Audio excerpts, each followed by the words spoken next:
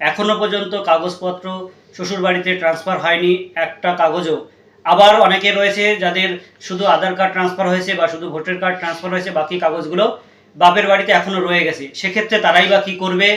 এবং আরেকটি প্রশ্ন, সেটা হচ্ছে যে রেশন কার্ডে যে আগে পরিবারের হেড ছিল সে এখন মারা গেছে বা সে আলাদা থাকে, এখন পরিবার আলাদা, পরিবার বড় হয়েছে, সেক্ষেত্রে তারা পরিবারের হেড কাকে, অ্যাকচুয়ালি কোনটা যে সঠিক তার যদি সঠিক একটা গাইডলাইন্স সরকারের পক্ষ থেকে দেওয়া হয় তাহলে খুবই ভালো হয়।